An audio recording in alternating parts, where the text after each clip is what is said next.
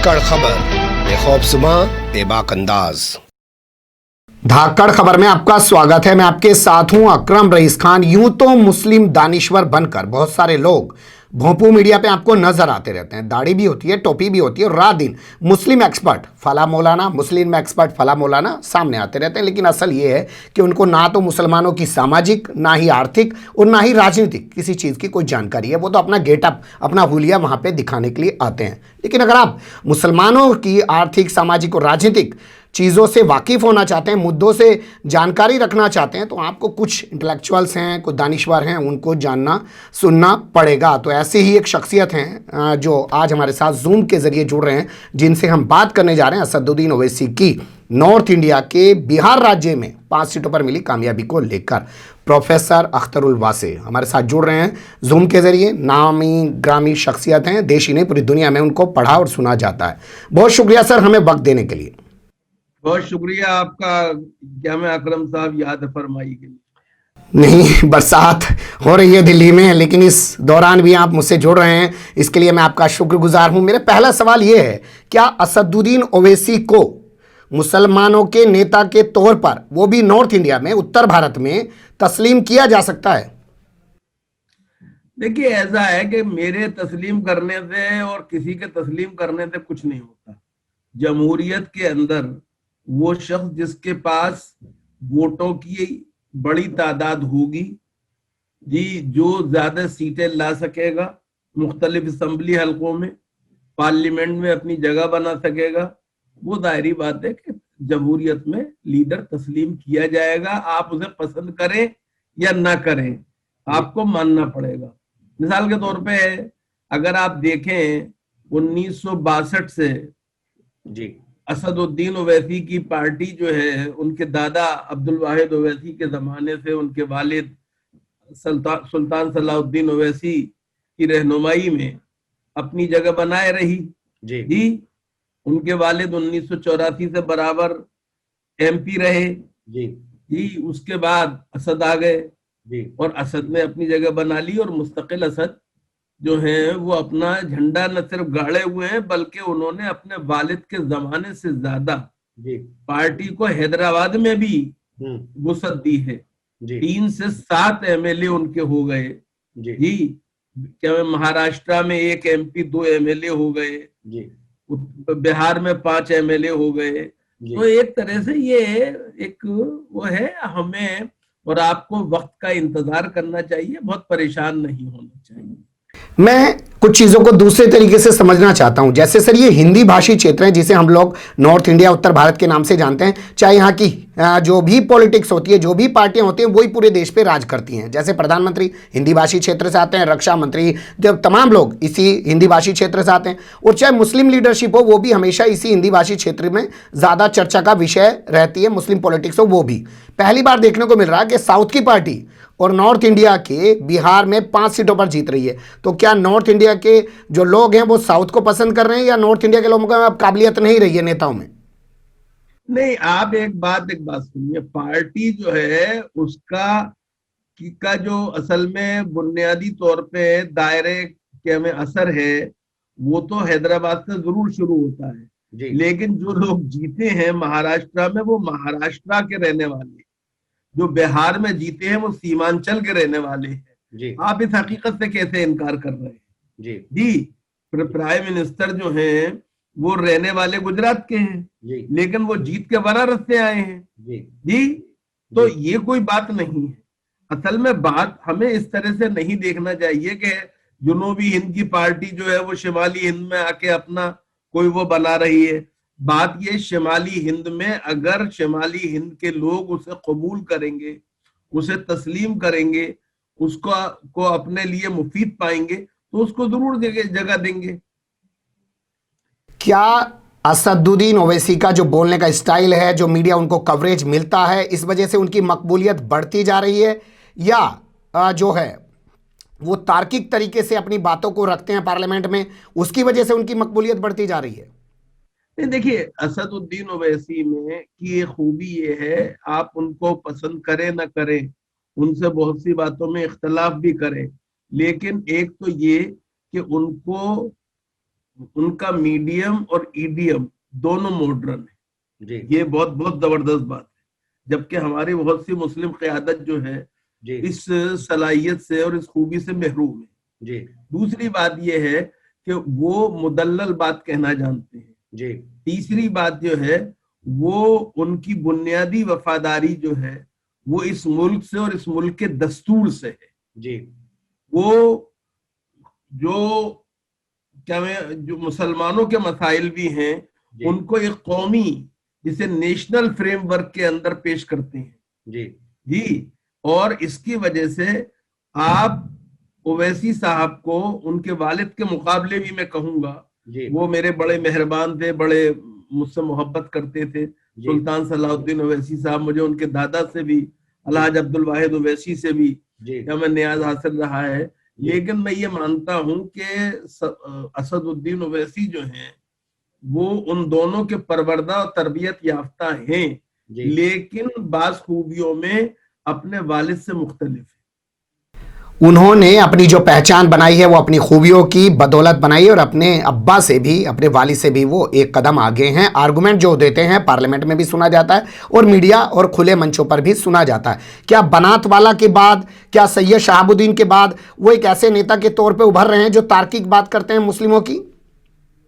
देखिए, मैं किसी का मवाजना नहीं करता, लेकिन मैं ये मानता हूं कि बनात वाला साहब जो थे वो बुनियादी तौर पे क्या मैं मुस्लिम लीग के जी केराला जी के रहीन मिन्नत थे। जी क्या मैं मुस्लिम लीग केराला में अपना एक शमाली हिंदुस्तान का चेहरा रखने के लिए मजबूर थी जी जी। इसलिए उन्होंने बनात वाला साहब को जी लिया, जी लेकिन बुनियादी तौर पे सलाउद्दीन सुल्तान क्या माफ कीजिएगा सैयद शहाबुद्दीन असदुद्दीन ओवैसी जी जो है वो न शहाबुद्दीन है, सैयद शहाबुद्दीन है, और न बनात वाला है। वो असदुद्दीन ओवैसी है जो इन दोनों के मुकाबले बात इस तरह करते हैं कि जी जिसमें जज्बातियत तो है जी लेकिन हकीकत पसंदी भी है। शहाबुद्दीन साहब के अंदर बड़ी खूबियां थी, जी लेकिन वो मामला ये था कि जज्बात की रो में इस कदर बह जाते थे जी कि एक तरह से बाज़ औक़ात उनके लिए खुद मामला उलट जाता था। जी मिसाल के तौर पे मैं एक मिसाल देता हूँ आपको जी जी कि उन्होंने एक नारा दिया था, याद होगा आपको, अयोध्या मार्च का। जी बिल्कुल अरे भाई, आप दिल्ली की जामा मस्जिद से शादरा तो जा नहीं सकते जी जी, आप अयोध्या क्या जाएंगे? जी या मिसाल के तौर पे उन्होंने 26 जनवरी के बाइकाट की बात कर दी जी जी। जी तो ये जो सूरत हाल है ये असल में असदुद्दीन ओवैसी इस तरह की बातें नहीं करते हैं। ये समझ, एक और बात है, जी असदुद्दीन ओवैसी ने एक काम ये किया है जी कि असदुद्दीन ओवैसी में, बनात वाला में और सैयद शहाबुद्दीन में एक फर्क ये भी है कि जी सैयद शहाबुद्दीन को पार्लियामेंट में पहुंचने के लिए जी किसी अटल बिहारी वाजपेयी की जी और किसी लालू प्रसाद यादव की जरूरत थी जी, किसी चंद्रशेखर का सहारा चाहिए था जी लेकिन असदुद्दीन ओवैसी ये बैसाखियों पे ये काम नहीं कर रहे हैं।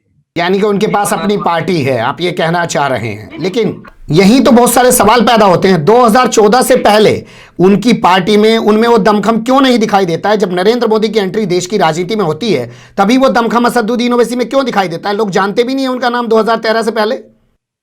ऐसा है, आपको मेरा ख्याल है गलत फहमी है। अगर आप याद करें, ओवैसी जो है वो क्या मैं बाकायदा यूपीए 4 जो है, यूपीए 1 जो है उसका बाकायदा हिस्सा थे। जी आप गलत फहमी का शिकार हैं जानता हूँ जी।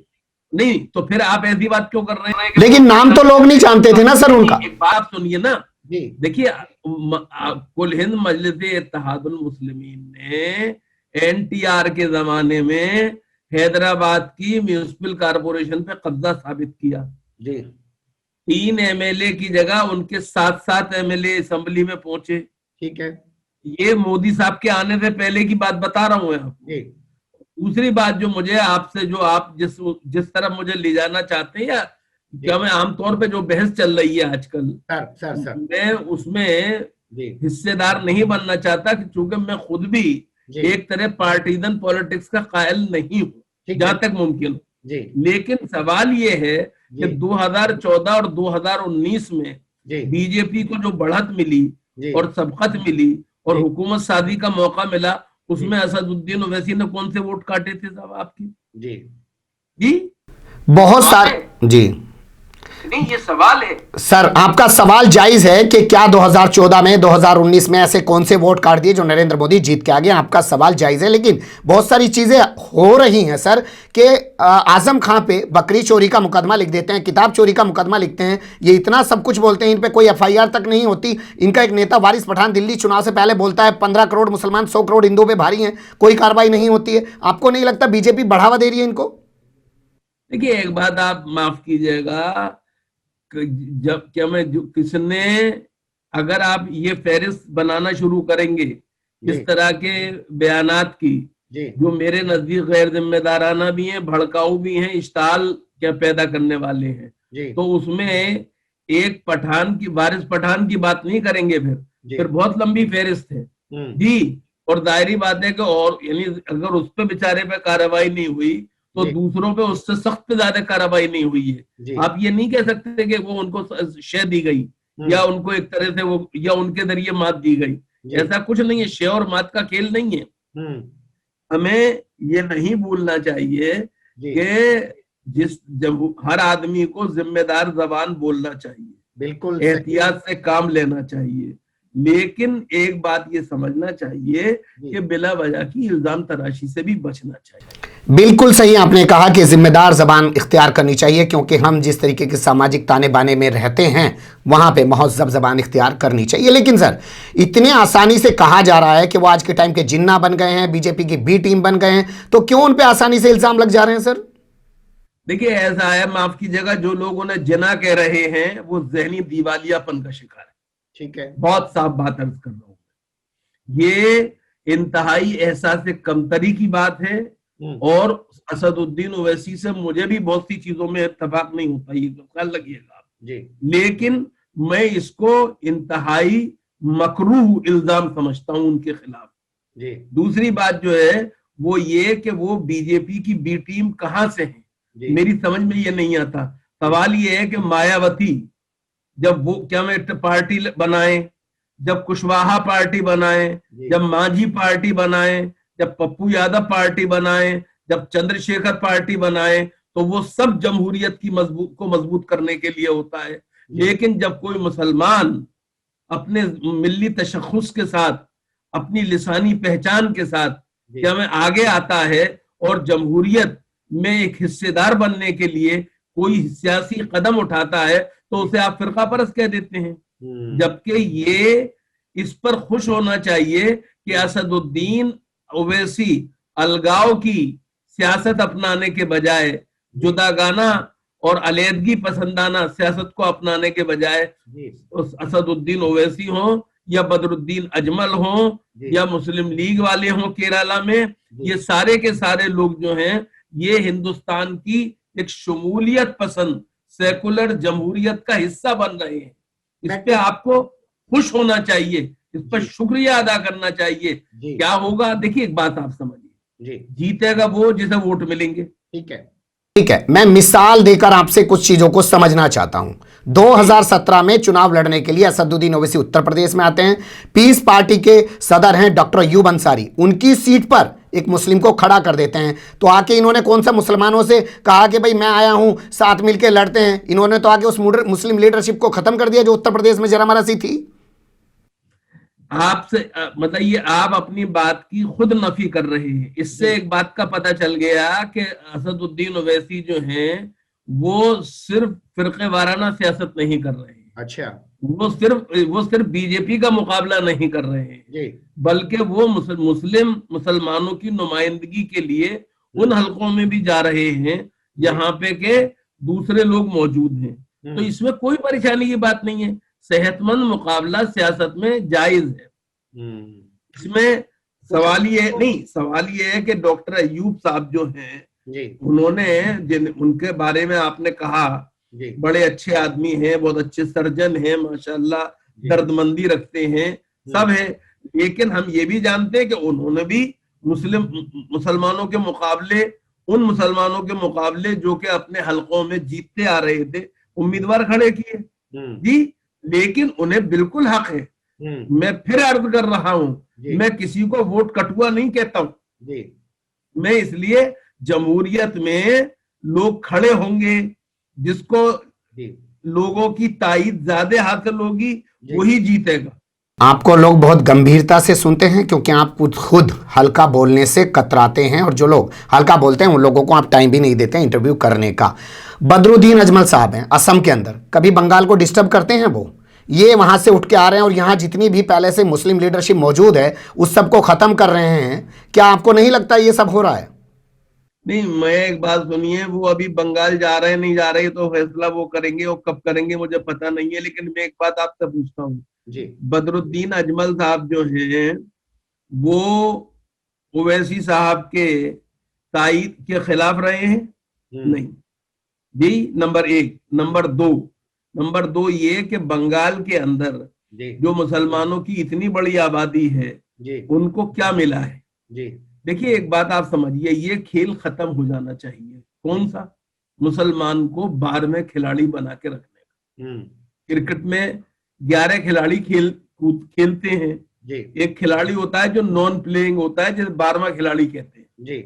12वां खिलाड़ी टीम का हिस्सा होता है लेकिन खेल का हिस्सा नहीं होता है। मुसलमानों की हालत यही बना के रखी जा रही है। बंगाल में भी यही सूरत हाल है। ठीक है, सवाल ये है कि आप मुसलमानों को सिर्फ बातों के झुंझुनों से कब तक बहलाते रहेंगे? उन्हें भी तो दूध की बोतल चाहिए जी। सवाल ये है कि मुसलमानों को क्या तालीम नहीं चाहिए? क्या रोजगार नहीं चाहिए? क्या सेहत के इदारे नहीं चाहिए? हमारी सरकारों ने, जिसमें कांग्रेस सबसे ज्यादा जिम्मेदार है, मैं आपसे अर्ज कर रहा हूँ, बिल्कुल, वो क्या है कि हमारे मोहल्लों में इन्होंने स्कूल कम खोले, थाने ज्यादा खोले जी। दूसरी बात जो है, जहां तक फिसादात का सवाल है, फिसादात के मामले में गर्दन एक है जी, तलवार बदलती रहती है जी। एक फिरके वाराना मुनाफरत की बुनियाद पे चलती है, एक मकरू फरेब की बुनियाद पे चलती है। क्या आप असदुद्दीन ओवैसी के आने से इन तमाम चीजों में बदलाव होता हुआ देख रहे हैं? सवाल ये है कि मुझे ये अंदाजा जरूर है कि इनमें तब्दीली कब आएगी, मैं ये तो नहीं कह सकता क्योंकि मैं ज्योतिषी नहीं हूं। लेकिन इतना मैं जरूर जानता हूं कि एक वक्त ऐसा जरूर आएगा कि जब इनमें कमी जरूर आएगी, क्योंकि इससे ज्यादा हालत खराब नहीं हो सकती। इनसे ज्यादा हालत खराब क्या होगी हमारी? मैं आपसे पूछता हूं, आज तक श्री कृष्णा कमीशन रिपोर्ट के क्या में मुलजिमों को सजा मिली? नहीं मिली जी। नहीं मिली। कौन जिम्मेदार है उसके लिए? नहीं, कौन जिम्मेदार है उसके लिए जी? उसके लिए माफ कीजिएगा, आपसे मैं एक बात और पूछता हूं जी। अभी राजस्थान में कारपोरेशनों के चुनाव हुए हुए, जयपुर में, जोधपुर में और कोटा के अंदर जी। मुस्लिम अक्सरियती इलाकों में कांग्रेस को बम्पर वोट मिला जी। और वो मुस्लिम अक्सरियती इलाकों में, जैसे जयपुर के पुराने शहर में, ठीक है, जोधपुर के पुराने शहर में, जहां मुसलमानों की अक्सरियत है, वहां पे वो जीत गई। जहां नहीं थे मुसलमान वहां हारी। लेकिन जब मेयर बनाने का वक्त आया तो मुसलमानों को मेयर बनाने के लिए तैयार नहीं है कांग्रेस। कब तक लटका के रखेंगे आप? यही बात आप कह रहे हैं, यही बात ओवैसी कह रहे हैं। विधानसभा चुनाव जीतने के बाद उनके जितने तमाम इंटरव्यू हैं वो कांग्रेस पे हमला बोल रहे हैं, महागठबंधन पे हमला बोल रहे हैं, भाजपा के खिलाफ एक शब्द नहीं बोल रहे हैं। आपने भी कोई जिक्र नहीं किया। मैंने एक बात आपसे सुनी है, मैं आप बिल्कुल, आप मेरे मुंह में जबान ना, क्या अल्फाज न डाले। मैंने फिर कह रहा हूं, मैंने अभी आपसे कहा, एक फिरके वाराना मुनाफरत की बुनियाद पर तलवार चलाती है, एक मकरू फरेब की बुनियाद पे जी। और जो आप खुद जानते हैं मेरे मुराद क्या है जी। सवाल ये है कि मुझे इस वक्त सूरत हाल क्या है? आप जब बात हो रही है, सच बोलने वाली बात होनी चाहिए जी। बात ये है कि बीजेपी मुसलमानों को इसलिए कुछ देने को तैयार नहीं है जी कि वो उसे वोट नहीं देती, ठीक है जी। और कांग्रेस उनको कुछ इसलिए देने को तैयार नहीं है कि ये हमें वोट नहीं देंगे तो क्या बीजेपी के जूते खाएंगे? जी जी, बिल्कुल। तो हम तो माशाअल्लाह कहीं के नहीं रहे। तो आपको लगता है कि असदुद्दीन ओवैसी के आने से तस्वीर बदल जाएगी, लगता है आपको? फिर मैं पूछ रहा हूँ अगर नहीं, तस्वीर बदलेगी दोनों सूरतों में।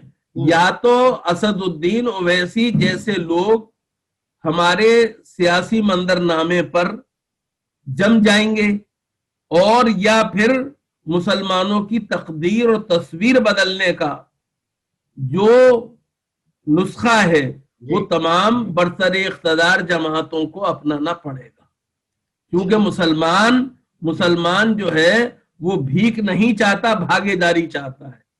वो रियायत नहीं चाहता, शिरकत चाहता है। जी, हम बुनियादी तौर पे अब इस तरह से बहलाने से वो चलने वाले नहीं। ठीक है, आप बिल्कुल सही मुद्दों को उठा रहे हैं। तमाम चीज़ों पे जो आप रोशनी डाल रहे हैं वो काबिले तारीफ है, जिन चीज़ों को आपने सामने रखा है। लेकिन मैं फिर आपसे पूछ रहा हूं, लोग कह रहे हैं, एक बहुत बड़ा तबका है कि असदुद्दीन ओवैसी की राजनीति बढ़ेगी तो बीजेपी को फायदा होगा और नुकसान मुसलमानों का होगा। मुझे एक बात बता दीजिए, बीजेपी को नुकसान अब तक क्या हुआ है? जी, अभी तक क्या हुआ? बीजेपी आगे बढ़ी है, पीछे हटी है? मुझे सिर्फ ये बता दीजिए। वो पार्टी जो 84 में 2 सीटें लेके आई थी, जी, वो श्री विश्वनाथ प्रताप सिंह के और सीपीआई और सीपीएम के कंधों पे चढ़ के जी 89 सीटें लाई, 84 सीटें लाई 89 में। जी 2096 में उसने अपनी वक्ती तौर पे एक सरकार बनाई, ठीक है, 13 दिन की। 2098 में आई, 2099 में आई, और फिर 2014, 1999, 98 और 99, और उसके बाद 2014 और 2019 में भी, और जब ओवैसी नहीं थे, जब बदरुद्दीन अजमल नहीं थे। जी आप गौर फरमाइए, आप जो बात कर रहे हैं ये लोग कहते रहे, लोगों के कहने को क्या है। कुछ चीजों पे और बात कर लेते हैं। दिल्ली में दंगा हुआ, 53 लोग मारे गए, 42 मरने वाले मुसलमान हैं। कभी आपने देखा असदुद्दीन ओवैसी को बोलते हुए? रामपुर के आजम खान सांसद हैं, जेल में पड़े हुए हैं, क्या कभी आपने देखा असदुद्दीन ओवैसी को उनके बारे में बात करते हुए? मैं एक बात आप सुनिए, मैं ओवैसी साहब का तर्जमान नहीं हूं, उनका ओवैसी साहब का हिमायती नहीं हूं, उनका वोटर नहीं हूं। आपको तीनों बातें पता चलनी चाहिए। आपने एक बात मुझसे उसूली तौर पे बात करने को फैसला किया, ठीक है, मैं उसूली तौर पे आपको जवाब दे रहा हूं। ओवैसी साहब अगर हक और इंसाफ की बात नहीं करेंगे तो माफ कीजिएगा, लोग उन्हें भी माफ नहीं करेंगे। लोग किसी के सगे नहीं है। एक रास्ता आपने दिखा दिया जी कि जो हमारी बात नहीं करेगा जी हम उसकी बात नहीं करेंगे। जो हमारी बात नहीं करेगा हम उसकी बात नहीं करेंगे। बहुत सारी चीज़ें आपने बहुत बारीकी से समझाने की कोशिश की है और हर पहलू पे बड़ी बारीकी से आपने पकड़ अपनी रखते हैं। मैं आखिर में प्रोफेसर अख्तरुल वासे को सुनना चाहता हूं, उनके क्या नज़रियात हैं ओवैसी को लेकर? नहीं, मैंने आपसे कहा, मैंने पहले कहा ओवैसी की जो खूबियां हैं मैंने वो आपके सामने कही। ओवैसी जो है ईडियम और मीडियम दोनों को जानते हैं जदीद जमाने के। नंबर 2, वो जमहूरियत, सेकुलरिज्म, दस्तूर और मुल्क, इनके बुनियादी तौर पे वफादार है ही। और मैं उनको ये नहीं मानता कि बीजेपी का बढ़ता हुआ जो असर और रसूख है उसके लिए वो जिम्मेदार है ही। ना वो जिम्मेदार है, ना बदरुद्दीन अजमल जिम्मेदार है। बल्कि अगर कोई जिम्मेदार है तो माफ कीजिएगा, हिंदुस्तान में कौन सी ऐसी जमात है, कांग्रेस को छोड़ दीजिए क्योंकि कांग्रेस ही से टकराव था, जिसने कि बीजेपी के इश्तराक में सरकार ना बनाई हो, या बीजेपी जिस सरकार में जनसंघ से लेकर बीजेपी तक जिन सरकारों में शामिल रही हो उसका हिस्सा ना रहे हो। इसलिए मुझे ये बताने की जरूरत आपको नहीं है। आखिर में एक छोटा सा और समझना चाहता हूं, क्या आप असदुद्दीन ओवैसी की जो पॉलिटिक्स है, जो भाषा उनके भाई की है, आपको लगता है आप उस पॉलिटिक्स को पसंद करते हैं? नहीं, एक बात मैंने आपसे कहा, मैंने एक बात आपसे शुरू में कही थी, मैं अभी भी कहता हूं आपसे, मजहबी तफरीक की बुनियाद पर किसी सियासत का मैं जाती तौर पर कायल नहीं, लेकिन जिंदगी की जो सच्चाइयां हैं उनसे मैं मुंह भी नहीं मोड़ सकता। आप ये कहें मुझसे कि मैं क्या मूर्ख की शुतुरमुर्ग की तरह रेत में मुंह छुपा लूं तो मैं ये नहीं कर सकता। असदुद्दीन ओवैसी इस वक्त अगर दिन को दिन कह रहे हैं तो मैं उसे रात नहीं कहूंगा जी। जी। असदुद्दीन ओवैसी जिस चीज के कसूरवार नहीं है मैं उसके लिए उन्हें जिम्मेदार करार नहीं दूंगा जी।